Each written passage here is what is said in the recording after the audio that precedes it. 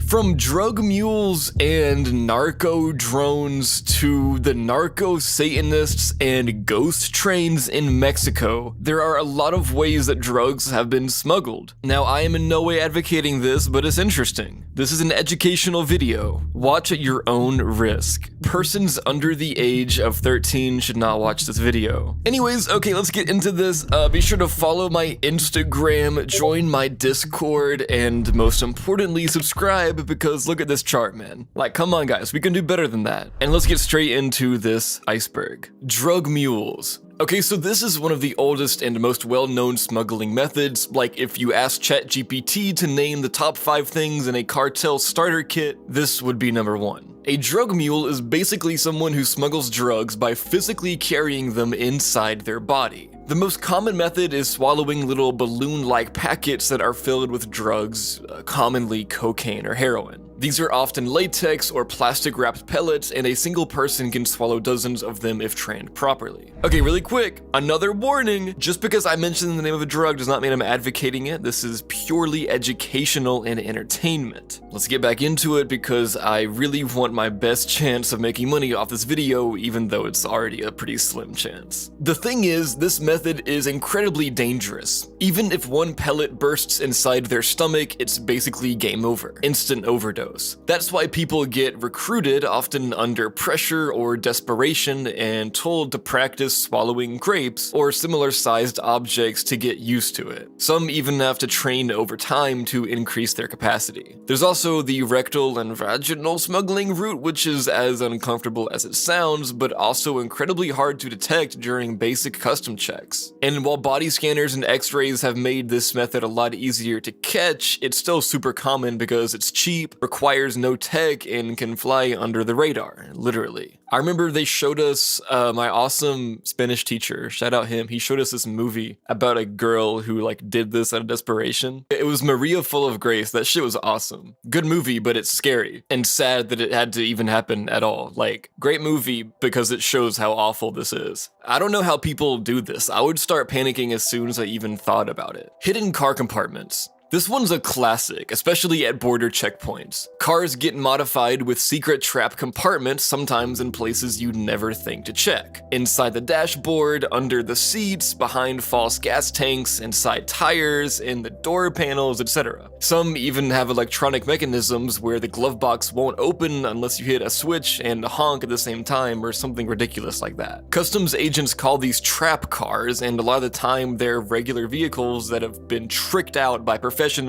in like a hidden garage somewhere. There are even these like really cool YouTube videos of border patrol agents bursting open cars with crowbars because the compartments are that well hidden. One famous case I remember was when a dude tried to smuggle drugs inside a secret compartment built into his car's rear bumper. Like, it was rigged with hydraulics and had to be opened a specific way with magnets. That level of engineering for smuggling is like Fast and Furious, but sad and dusty. It's still super effective though, especially when combined with other distractions. Like, maybe they hide a little baggie under the floor mat while the real shipment is inside a welded panel no one's checking unless they tear the car apart. Fake product packaging. Now we're getting into deceptive disguise territory. This is where drugs are hidden inside everyday products that would never raise suspicion. Like coffee beans, shampoo bottles, fruit shipments, even literal piñatas and religious statues. This method works because these things look so normal on the outside that customs officers might not even give them a second glance. But when you cut them open, it's just kilos of powder or pills sitting inside the core of a fake mango. One method that's been used forever is coffee shipments, because the strong smell of coffee can throw off drug-sniffing dogs. Cartels have also used liquid cocaine dissolved into wine or shampoo, which is wild because it has to be chemically extracted later. Some drugs are even embedded into plastic or fabric and then processed once they reach their destination. I saw a bust once where they found drugs inside frozen fish. Like, these traffickers hollowed out a shipment of frozen tuna and stuffed it full of bricks, then resealed the fish like nothing ever happened. It's awesome theoretically. It's cool, I guess, but not that they're hiding drugs. Border tunnels. This is very Looney Tunes in concept, but it's real as hell in practice. There are literal tunnels dug under the US-Mexico border, and they range from crude crawl spaces to full-on underground highways with ventilation systems, lights, rails, and motorized carts. Some tunnels are only used once and then collapsed. Others use permanent structures that take months of planning and engineering. They usually start in inconspicuous places like abandoned buildings or inside a legitimate business, and they come out in warehouses or garages on the other side. Authorities find them every year. Like one tunnel ran 1,500 feet under the border and they found it fully lit with an actual active elevator system built in. Like people are out here speedrunning Minecraft IRL to move bricks of coke. Narco subs. And no, this is not the subreddit for that Netflix show. I don't even know how this is real. Narco subs are semi-submersible or fully submersible watercrafts built by drug dealers to move shipments across the ocean. These aren't your sleek James Bond submarines, they're crudely made, often from fiberglass and homemade parts, but they're low profile enough to evade radar and the Coast Guard. These are used mostly in South America, especially Colombia, to get cocaine over to Mexico or even straight to the US coast. They float just below the surface, making them hard to see from above. A lot of them get abandoned at sea or sunk on purpose if the crew thinks they're about to get caught. Some of them are manned and others are remote controlled or GPS rigged to run autonomously, which is insane. In one case, a narco sub was found carrying over $100 million worth of cocaine, and the guys inside had been at sea for weeks. Like, imagine being stuck in a hot fiberglass tube filled with drugs, salt water, and probably no legroom. That's not even Breaking Bad anymore, that's more like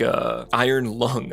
Cocaine stuffed suitcases. This is the airport smuggler's version of just try the classics. People still show up at customs with hard shell suitcases stuffed with powder or bricks, either in the lining, behind like false panels hidden back there, or vacuum sealed inside of clothing. It's a riskier method now that airports have body scanners, drug dogs, and chemical residue tests, but it's still used because it's fast and doesn't require any high-tech modifications. Some mules combine this with the drug-in products method, putting the drug inside souvenirs, snacks, or electronics. There are cases of people trying to smuggle coke inside laptops, PlayStation, speakers, and even baby formula cans. Airport security sometimes catches these people based purely on behavior. There's footage of nervous travelers sweating bullets and trying to act casual while carrying 50 pounds of souvenirs in a suitcase that really shouldn't weigh more than 10. It's one of those methods that gets romanticized in like movies and films, but in real life it's usually sloppy and ends in someone getting arrested barefoot in customs holding like a teddy bear stuffed with meth. Okay, that was layer 1. These are the starter pack smuggling methods. Bold but not subtle, dangerous and not really insane. But trust me, layer 2 is where things get creative, disturbing, and way more illegal. Narco drones. So this method started really picking up in the mid-2010s, around the same time consumer drones started becoming widely available. At first, it was basic DJI Phantoms and similar models, modified just enough to carry a few pounds of high-potency drugs such as meth or heroin or fentanyl, since you don't need bulk when the potency is sky high. Cartels quickly realized these drones were hard to detect, nearly silent, and super fast. They could cross the US-Mexico border in just a couple of minutes, drop a payload in a desert or park or even a residential backyard, and then bounce before any patrol could scramble. But the game evolved. Some crews started linking phones to the drones to control them remotely from miles away. Others used GPS-guided autopilot, meaning the drone flies itself using pre-programmed coordinates. That makes the pilot way harder to trace. And these aren't just rogue hobbyists either. In some busts, law enforcement found workshops full of modded drones, extra batteries, payload harnesses, spare parts, all treated like mini war factories. One famous case from 2015 involved a drone that crashed in Tijuana carrying 6.6 pounds of meth. That was a big early sign that drones weren't just toys anymore, they were a new smuggling lane entirely. The reason this works so well is because drones are cheap, easy to replace, and don't risk any lives. If one goes down, it's a minor loss, not an entire crew like getting arrested. You can even fly multiple at once, so even if one gets intercepted, the others still make it through. It's basically the modern version of pigeon smuggling, which yes, that was a real thing as well. And honestly, I should have put that in the iceberg low-key. Cartel ultralight aircraft. This method is actually older than drones and has been used since at least the 1980s, especially by smugglers moving weed and coke into the US Southwest. Ultralight aircrafts are these tiny, almost comically bare-bones planes. Imagine something between a glider and a powered lawn chair. But here's the thing, they're almost invisible to radar. They fly below radar sweeps, usually under 500 feet, make almost no noise, and have minimal heat signatures. They're the equivalent of riding a bicycle through a surveillance state. Cartels used to fly these across the border, often in total darkness, and drop off packages with parachutes or flares to guide the pickup team. A single drop could contain 50 to 100 pounds of high purity product, and the pilot is back in Mexico before dawn. And it's not just drug drops either, sometimes they send over cash in the other direction since money trails are harder to manage digitally. And because of how quiet they are, most ultralight planes aren't caught until they crash or someone finds the cargo and tracks the flight path backwards. They're not flashy, but they're a ghost method. Just enough tech to work, but just old school enough to fly under the radar. Drug-stuffed leg casts. This one really blew up in the 2000s, but cases stretch back as far as the 1980s. It's the classic fake injury smuggle. A carrier pretends to have a broken leg, arm, or both, shows up to an airport on crutches or in a wheelchair, and the drugs are hidden inside the cast. Usually it's plaster casts or fiberglass models, and inside they'll have kilos of stuff. In some cases, they'll even wrap the drugs around the limb first and then cover it with bandages and cast material so it looks real when x-rayed. And some of these smugglers even go as far as getting fake hospital records, prescription bottles, and x-rays to make it look legit. One bust in 2012 caught a man flying from Bogota to Madrid with 5 kilograms of cocaine molded around his leg bones, all sealed up in a fake cast. Authorities caught on over time, and now you'll see border security actually tapping casts or running scanners over them, but it works occasionally, especially in countries with looser,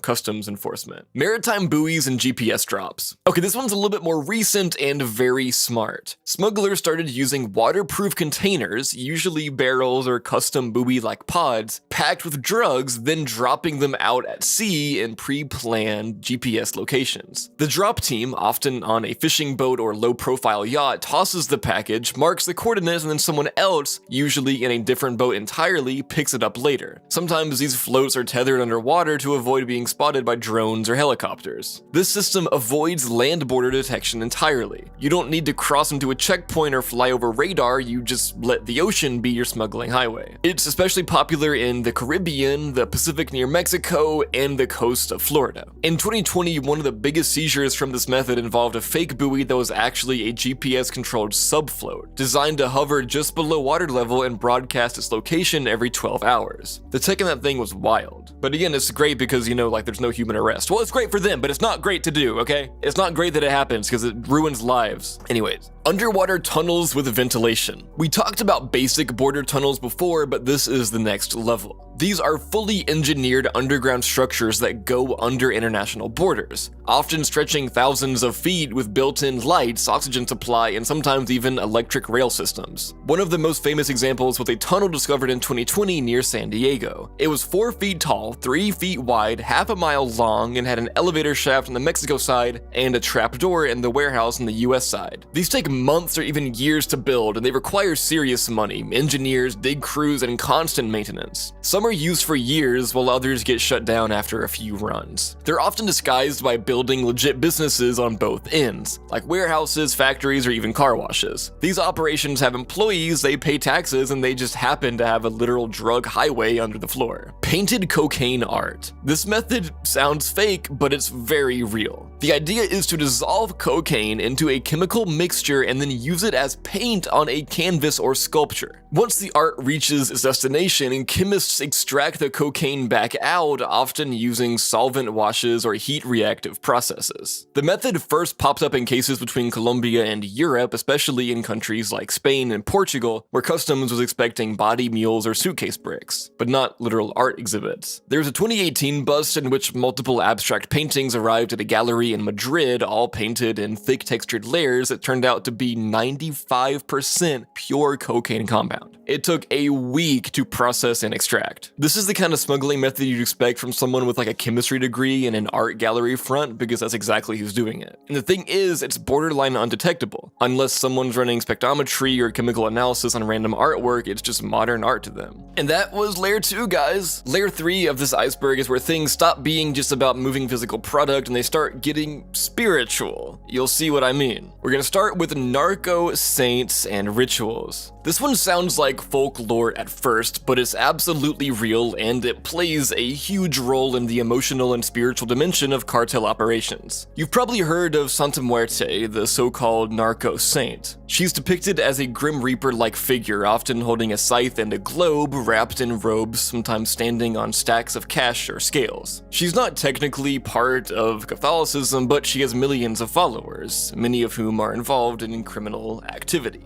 Here's how it connects to smuggling. Cartel members regularly perform rituals to Santa Muerte to bless shipments, protect drivers and mules, or to curse rivals. There are altars in stash houses, tunnels, border crossing routes, and even in safe houses where drugs are cooked or sorted. Some altars have blood, cigars, tequila, or bones, or actual bricks of coke laid out as offerings. This isn't just superstition. These rituals serve a psychological and cultural purpose. It creates a loyalty and a fear and a control, especially among new recruits. It's also a way for traffickers to feel protected or invincible even when smuggling across heavily policed zones. And it's not just Santa Muerte either. Some traffickers pray to Jesus Malverde, a Robin Hood-style folk saint seen as a protector of outlaws. Others mix Catholic imagery with cartel mythos. There are even tattoos that act as blessings for specific drug routes or drops. It's kind of interesting. Encrypted WhatsApp and signal ops. Smuggling at scale in 2024 requires more than muscle. It needs digital infrastructure, and that's where encrypted apps come in. Apps like Signal, WhatsApp, and Telegram are now the backbone of smuggling coordination. Teams use burner phones, temporary SIM cards, or internet cafes and VPNs to communicate securely with borders. Orders are placed, pickups are scheduled, and drops are tracked using code words and encrypted image sharing. Cartels and smugglers don't just text, "Hey, drop the bricks on Main Street." It's stuff like "deliver the shoes to grandma's birthday," or "the ducks are swimming at sunset." And the entire team knows exactly what that means. It's coded logistics on an app that people usually use to text their aunt. Some smuggling rings rotate phones every 48 hours.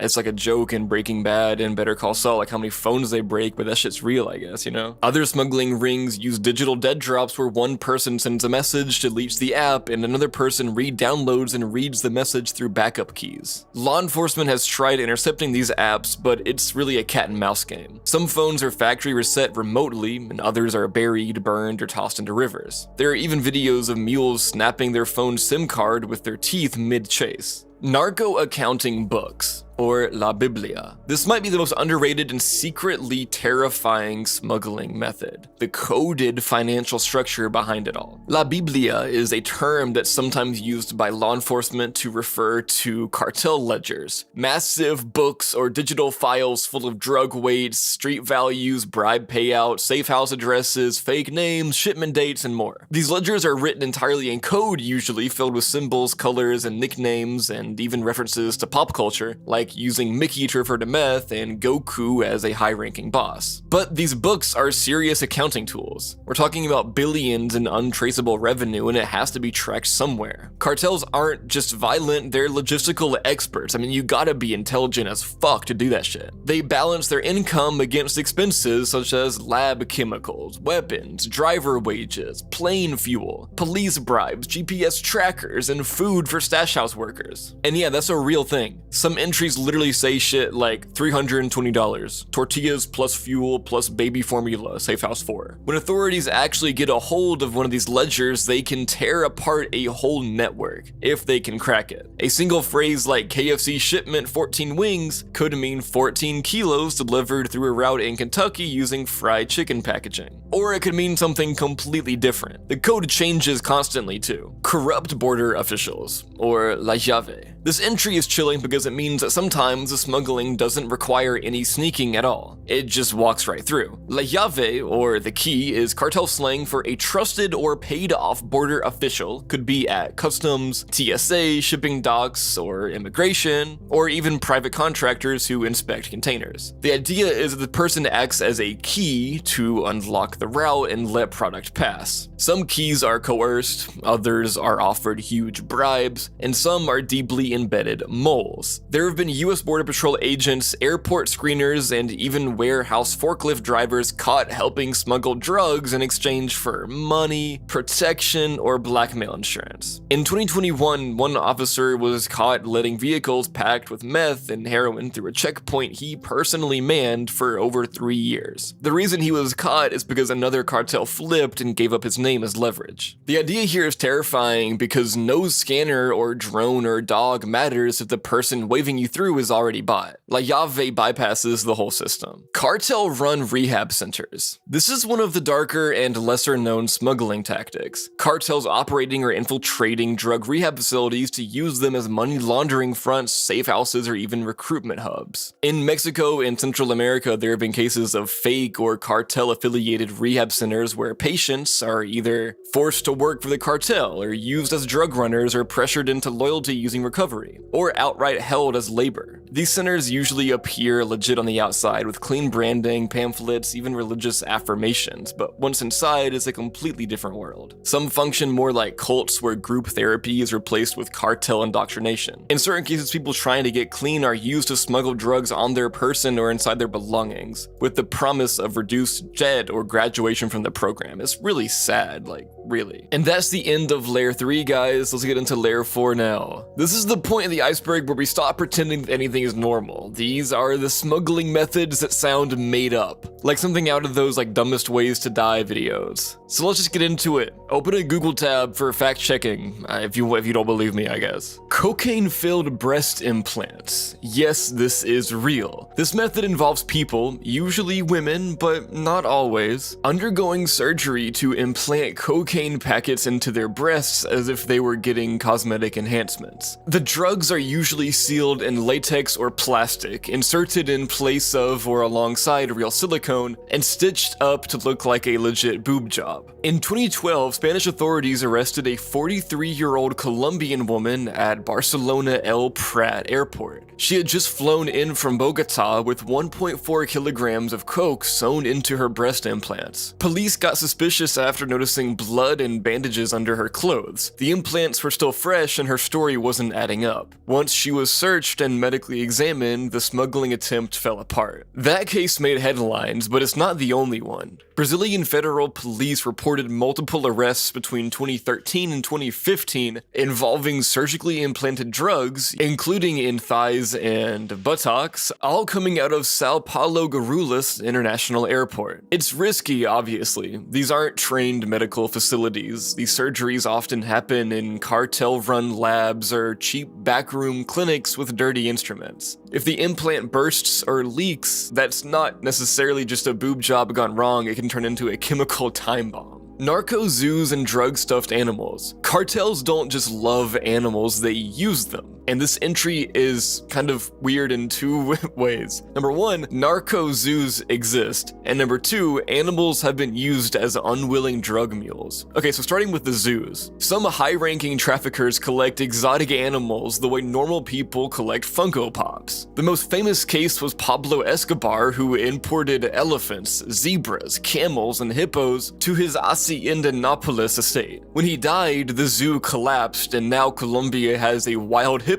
problem because the animals bred in the wild. But it gets darker. In 2006, Colombian police raided a small private zoo run by cartel members and found that animals were being used to hide drugs. This included snakes with heroin-filled condoms sewn into them and puppies surgically implanted with liquid drugs for transport. Yes, puppies. In 2005, DEA agents in Colombia discovered 10 Labrador puppies with liquid heroin packets surgically implanted into their abdomens. The plan was to fly them to the US under the guise of being show dogs. Not all the dogs survived the operation, though. That's so sad, man. The man behind that operation was Andres Lopez Elorza, a Venezuelan vet turned drug trafficker. He was extradited to the US in 2018 and faced charges related to using animals as couriers. Fake ambulances. Imagine you're at a border checkpoint and an ambulance pulls up, lights flashing, siren blaring. Are you really gonna stop it for inspection? That's exactly what smugglers bank on. Using fake or cartel-modified ambulances is a surprisingly effective smuggling tactic. These vehicles pass through checkpoints by posing as emergency transports, often with fake patients inside and a whole performance going on. In 2019, Spanish National Police busted a drug ring operating fake ambulances between Morocco and Spain. The ambulance had oxygen tanks filled with hash, and actors played the roles of medics and patients. They'd even fake medical records. And in Mexico, this tactic is widespread. Cartels use actual stolen ambulances or buy cheap vans and repaint them with official-looking decals. In one 2020 bust, Mexican Marines seized a fake Red Cross ambulance that had over 80 kilograms of meth and fentanyl hidden inside. Sometimes there's an actual patient. The drugs might be hidden under the stretcher or sewn into the bedding. One operation in Tijuana involved a wheelchair patient who needed to be transported to a US hospital, except the back of the chair was packed with heroin. Drug mules used unknowingly. This one is terrifying because you don't even have to be in on it to get arrested. Cartels have developed smuggling methods where innocent people are used as unknowing mules, either by tampering with their luggage or giving them, quote, gifts that secretly contain drugs. There are dozens of real cases, but one of the most infamous happened in 2008 involving Australian women Nicole Kidman, not the actress but the same name, and Melanie Brown, who were tricked into carrying cocaine through Buenos Aires. They were told they were helping deliver documents and souvenirs for a modeling agency, but when police opened their bags, they found 6 kilograms of pure coke hidden in the lining. Another common tactic is the switch bag scam. Someone at the airport swaps your clean luggage with a nearly identical suitcase packed with contraband. By the time that you're boarding, you're carrying drugs you never agreed to move. Airline employees have also been involved. In 2017, US Customs caught a baggage handler at LAX who helped swap bags mid-transfer so unknowing tourists would smuggle drugs. So if you ever get a free suitcase or any last-minute gift to deliver internationally, just don't do it. Narco subs built from scratch in jungle labs. We talked about narco subs before, but now we're deep into the DIY submarine era. These aren't purchased vessels or retooled fishing boats. These are custom-built submarines made entirely in the jungle by hand using fiberglass, scavenged parts, and engineering that somehow works. Oh, also, guys, I don't know if you can tell, but halfway through this, I recorded the first half on one day, and then I went on vacation, and I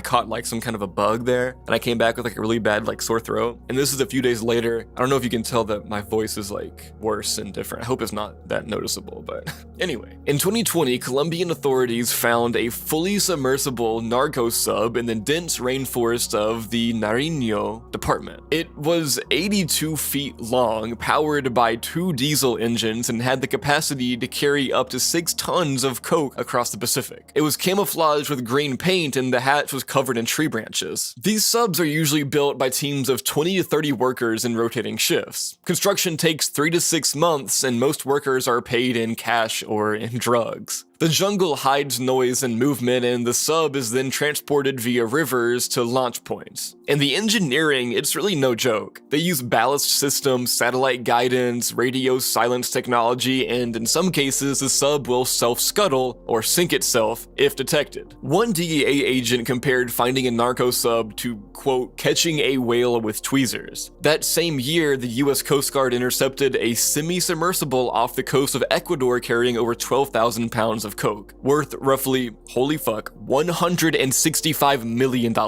That's not a boat, dude. That's like a fucking vacation. Am I right, guys? I'm kidding. It's a joke. Cartel-controlled shipping ports. This is arguably one of the most powerful tools in modern drug trafficking. Entire shipping ports infiltrated or controlled by cartels. The best example is Puerto Cortes in Honduras, one of the largest ports in Central America. For years, it was a known trafficking hub for Los Cachineros, a powerful Honduran cartel. They used port officials, crane operators, and customs workers to ensure containers full of drugs were waved through without inspection. Another infamous case is the Manzanillo port in Mexico, which became a critical hub for the Jalisco New Generation Cartel, or CJNG. Authorities discovered that hundreds of containers arriving from Colombia and leaving for Europe were laced with coke, hidden behind layers of legitimate goods like avocados or tires. And it's not just smuggling drugs out. These ports are also used to import precursors for meth and fentanyl from China, which are then sent to rural labs to be processed. Controlling a port is like owning a key to the global market. It's no longer smuggling, it's logistics on like a corporate scale. Alright guys, and congratulations, you made it past layer 4. Let's get into layer 5 of this awesome, but bad iceberg, because these are bad things that you shouldn't look up to at all, and this is educational and it's a documentary type video, so I still get ads.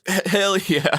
This is where things go from deeply real to so real it feels fake. Some of these methods and stories are documented and others are unsolved cases or folklore. So yeah, we're at the bottom now. Reality is starting to warp a little. Let's get into layer 5. Coke submarines lost at sea with full crews. We already talked about narco submarines, handmade semi-submersibles made in jungle labs, but tier 5 is about the ones that never made it. These vessels are often unlicensed, untracked, and deliberately destroyed or scuttled if something goes wrong. Over the years, multiple narco subs have disappeared entirely, sometimes with 3 to 5 crew members on board and tons of product, usually coke, never recovered. There's no official number, but the Colombian Navy has admitted that for every sub intercepted, as many as 2 or 3 go undetected. And when one goes down, it often happens in open ocean, far from radar, patrols, or even cell signal. One of the eeriest cases was in 2019 when Ecuadorian authorities received a distress signal from a suspected narco sub in the Pacific. By the time they reached the coordinates, all they found was a life vest and an oil slick. No sub, no bodies, no coke, just ocean silence. And the creepiest part, in some narco circles there are stories of ghost crews, subs that went missing and are still drifting somewhere, fully intact with dead men and coke locked inside, like deep sea tombs of failed missions sealed up tight. The narco Satanists. Okay, this one sounds like a horror movie, but it's backed by real murder cases and investigations. Some cartel groups, especially fringe or breakaway cells, are heavily involved in ritual sacrifice, black magic, and occultism. The most infamous example is Adolfo Constanzo, the leader of a cult known as Los Narcosatánicos. In the late 1980s, he operated between Mexico and the US using a form of palo mayombe mixed with cartel superstition to allegedly protect his drug shipments. Constanzo and his followers believed that by sacrificing humans, including rival dealers and innocent victims, that would make them invisible to police. They tortured and killed at least 15 confirmed victims in a ranch near Matamoros, including Mark Kilroy, an American student whose spine and brain were found in a ritual cauldron. Oh my god. They were caught in 1989 when one of their members led police to the site. Constanzo was killed in the shootout. His cult believed he had the power to predict DEA raids. To this day, cartel-related shrines, animal sacrifice, and whispered rumors of more ritual killings still surface in police raids. Whether it's spiritual belief, psychological control, or a twisted morale booster, the narco-Satanist label didn't die with Constanzo. Body mules surgically implanted and left to die. You've heard of drug mules swallowing balloons or people getting breast implants, but this goes way beyond that. In the darkest corners of trafficking, there are documented and rumored cases of people being abducted, drugged, and surgically implanted with sealed packets of coke, heroin, or meth, and then sent across borders with no intention of keeping them alive. In 2013, Spanish authorities intercepted a Nigerian man at Madrid airport whose stomach contained over 1 kilogram of coke in pellet form. This is common, but in this case, the man had no passport, no explanation, and seemed completely unaware of what had been done to him. He later died from internal bleeding. Even darker are rumors of traffickers using migrant women or unhoused people, implanting drugs inside them, literally sewn into their body cavities, and then abandoning them. Some are told they'll be paid after the delivery, and others are just dumped in public spaces, the drugs retrieved after they, aren't with us anymore. Medical examiners in some border states have documented autopsies of bodies found with surgically implanted contraband, with no record of any hospital performing the procedure. No consent, no money, just body disposal as part of a supply chain management. Ghost trains in Mexico. This is one of the weirdest smuggling legends. Allegedly, Allegedly, there are unmanned trains, freight cars that run along old or remote tracks across northern Mexico that are loaded with drugs timed perfectly to pass through checkpoints or reach key junctions and then get offloaded by crews down the line. These are sometimes referred to as ghost trains because no one is seen loading or riding them, and the rail companies deny involvement. Some claim they're manipulated using automated signal hacks or inside contacts. Others say they're just freight schedules exploited by cartels who know when a car is forgotten or unmonitored. Journalist Ion Grillo has written about train-based trafficking in his investigations into the Sinaloa and Juarez cartels, and Mexican rail operators like Ferromex have confirmed that entire cars filled with narcotics have been found mid-journey without a single crew member. In some cases, containers are switched at rural stops using lookouts, motorcycles, and remote loading arms. Others describe full cars moving across borders under the radar of inspectors only to vanish or be emptied before reaching their final destination. Whether it's hacking, bribery, or logistical black magic, these trains feel like smuggling ghosts in the machine. Narco corridos with hidden codes. If you've ever heard a narco corrido, you know it sounds like your average Mexico folk ballad. Accordion, acoustic guitar, and dramatic lyrics. But sometimes, those lyrics contain coded messages that go beyond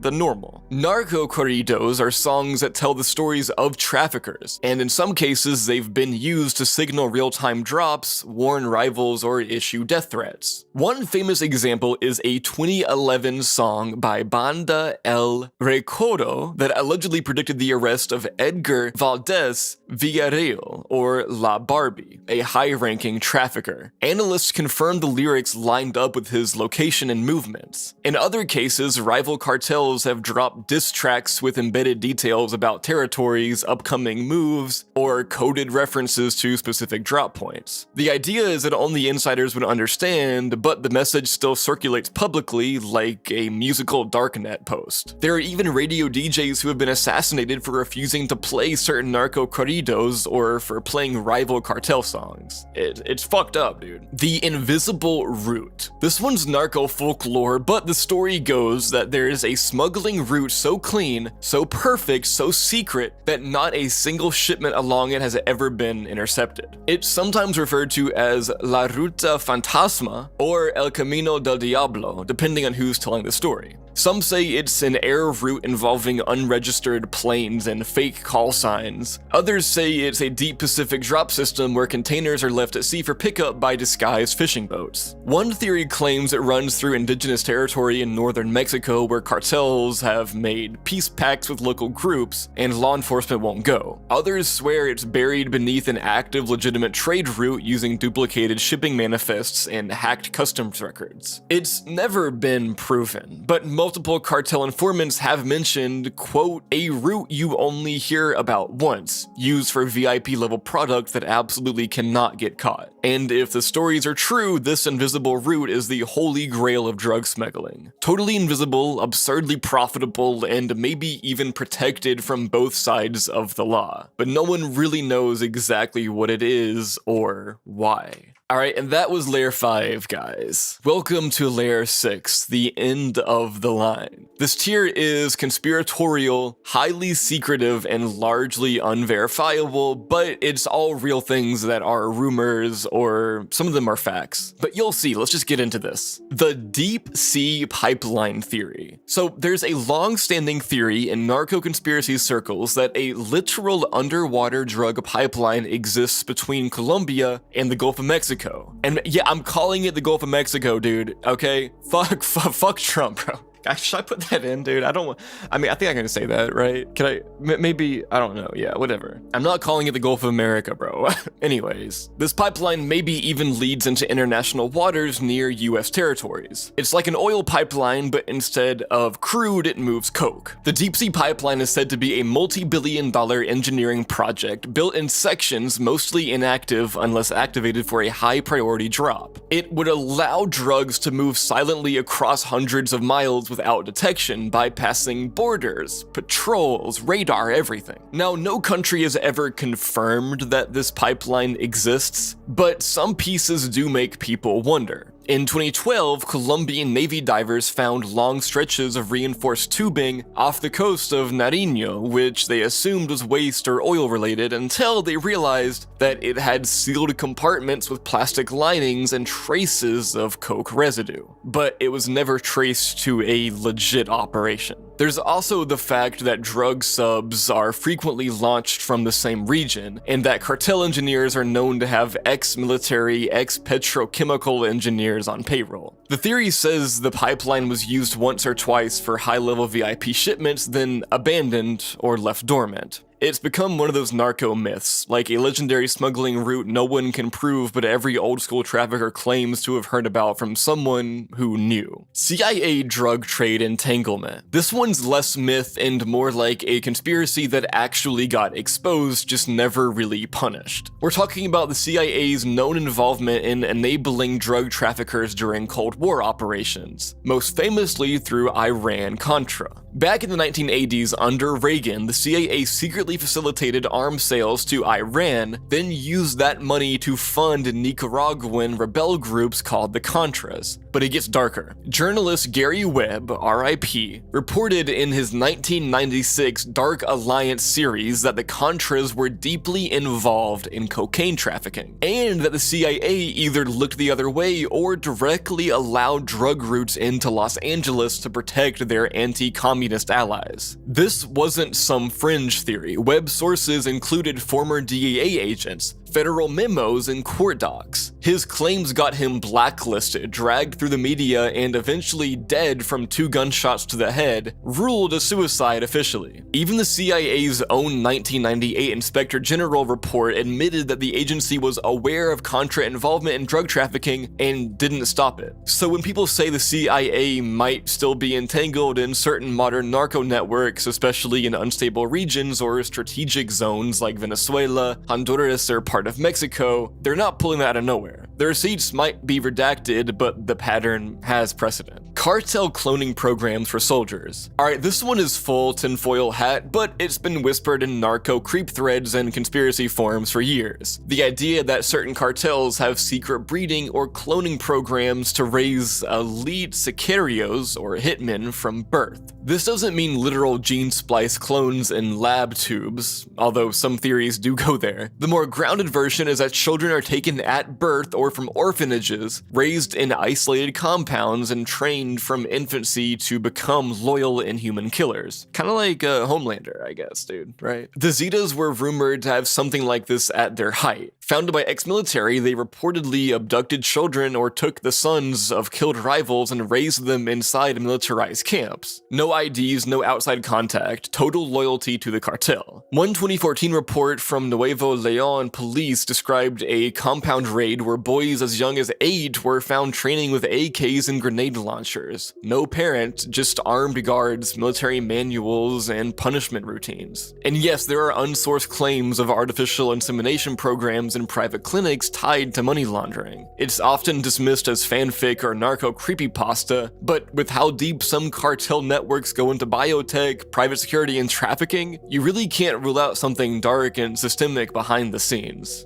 Cartel snuff films traded for info leverage. This is a heavy one. So it's known that cartels often record executions as warnings. Those videos get passed around on encrypted apps like Telegram, WhatsApp, and old school CD or DVD handouts. But there are rumors that some videos go even darker. Snuff traditionally refers to videos of real people being unalived on camera for entertainment or trade value. Authorities have found phones and USBs in raid houses with videos so graphic they've never been released to the public, often showing torture, stage scenarios, or ritual killings. But the disturbing twist is that some cartel insiders claim these tapes are traded like blackmail chips, not for money but for leverage over rivals or corrupt officials. Kinda like, we know your guy did this, here's the footage, so do what we say. In one 2018 federal investigation, in Michoacan, agents recovered video files labeled with initials and timestamps linked to disappearances that were never solved. No one's ever confirmed if it was snuff by definition, but the implication was clear. These weren't warnings, they were recorded proof of compliance or betrayal. The Red List. This is one of the more believable legends because it just makes sense. List. The Red List is an alleged master document held by top-level cartel leaders containing the names, nicknames, or digital fingerprints of informants, rats, snitches, and traitors. Every time someone flips for a deal, leaks info, or even gets suspected of working with DEA or military, their name goes in the list. Some versions of the legend say the list is passed between bosses, and others say it's maintained digitally and accessed by trusted IT operatives. In 2021, during the arrest of a mid-level CJNG lieutenant, police sieged a laptop with over 700 names and aliases, grouped by region and cartel affiliation. Several of those names matched missing persons and recent executions. Whether that's the Red List or just a Red List is unclear, but the idea that cartels keep running databases of enemies and leaks is really not that wild when you remember that they also run full logistics networks, GPS drone operations, and corporate fronts. The fear around the Red List is that once you're on it, you don't get off.